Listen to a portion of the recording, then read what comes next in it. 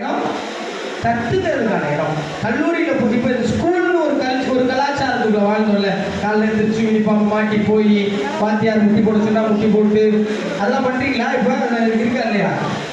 இருக்குதானே? இப்பெல்லாம் ஆசிரியர்கள் அடிக்கிறாங்களா? பள்ளிக்கூடத்துல அடிச்சா கேஸ் கொடுத்துருவங்க. தயாரா வச்சிருக்கான்.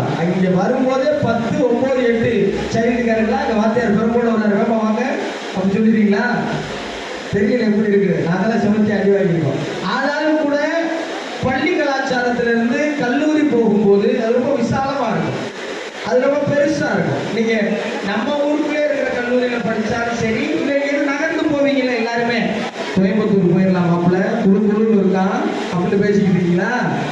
இந்த தூத்துக்குடி வேக்காட்டில் வெந்தது போதும், இனி வாழ்க்கையை மகிழ்ச்சியா கொண்டாடணும்னா கோயம்புத்தூர் போயிட்டோம்னு வங்கி வாரம் அப்படி திட்டமிட்டு இருக்கீங்களா?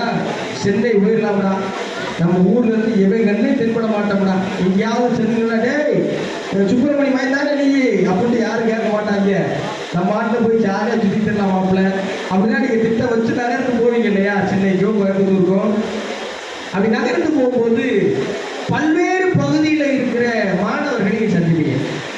திடீர்னு ஒரு பணக்கார வீட்டு பையனை சந்திப்பீங்க, ரொம்ப கஷ்டப்படுற ஒரு பையனை சந்திப்பீங்க, வெவ்வேறு மாநிலங்கள்ல இருந்து வர்ற ஆட்களை சந்திப்பீங்க. இப்போ இவங்க எல்லாருக்கும் மத்தியில நீங்க யாருங்கிறத காட்டுறது இருக்குல்ல, அது ரொம்ப முக்கியம். அது ஏன் முக்கியம்னா, காலேஜ் முடிக்கிற வரைக்கும் நல்லா தெரிஞ்சுக்கணும். நீங்க காலேஜ் படிக்கும் போது நம்ம வீட்டில் நம்ம ரொம்ப கொண்டாடுவாங்க.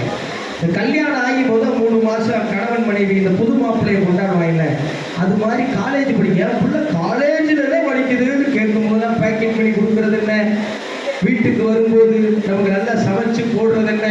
என் தங்கம் இழைச்சு போயிட்டான் புள்ள, அவன் நல்லா தலைக்கு கொடுத்துட்டு இருப்பான், இழைச்சி போயிடுச்சு புள்ள. காலேஜ் ஹாஸ்டல்ல ஒழுங்காவே சோறு போட மாட்டாங்க அப்படின்னு வீட்டில் சமைச்சு போட்டு ஆக்கி வாயில் வச்சு திணிச்சு நல்லா சாப்பிடுற தங்கம். எப்ப காலேஜ் முடிக்கிற வரைக்கும் முடிச்ச 3ஆவது நாள் தங்கம் தண்டை சோறா மாறிடும். என்ன காலேஜ் முடிச்சு 3 நாள் ஆச்சு, இன்னும் உட்காந்து தின்னுக்கிட்டு இருக்க, இந்த நேற்று வரைக்கும் நல்லா பேசிக்கிட்டாங்க, இன்னைக்கு தோணே மாறுது அப்படின்னு ஒரு தோணும். திடீர்னு வெளியே இருந்து ஒரு அர்த்தம் வரும், என்ன மறுமையிலே அப்படின்னு போன மாசம் வரைக்கும் காலேஜ்லாம் நல்லா போதா அப்படிங்கும். இப்ப என்ன மறுமையிலே வேலை கிடைச்சிருச்சா இல்லையா, இப்படி இருந்தா உங்களுக்கு எப்படி பொண்ணு கொடுக்குறது? அந்த பக்கம் பொண்ணே இருக்காது. அந்த தைரியத்துல கான்பிடென்டா பொம்பளை பிள்ளைய காலேஜுக்கு அனுப்பாதீங்கன்னு இப்ப பாருங்க, வேமா கல்யாணத்தை பண்ணி வைக்கணும் வேற ஒரு அர்த்தம் வரும்.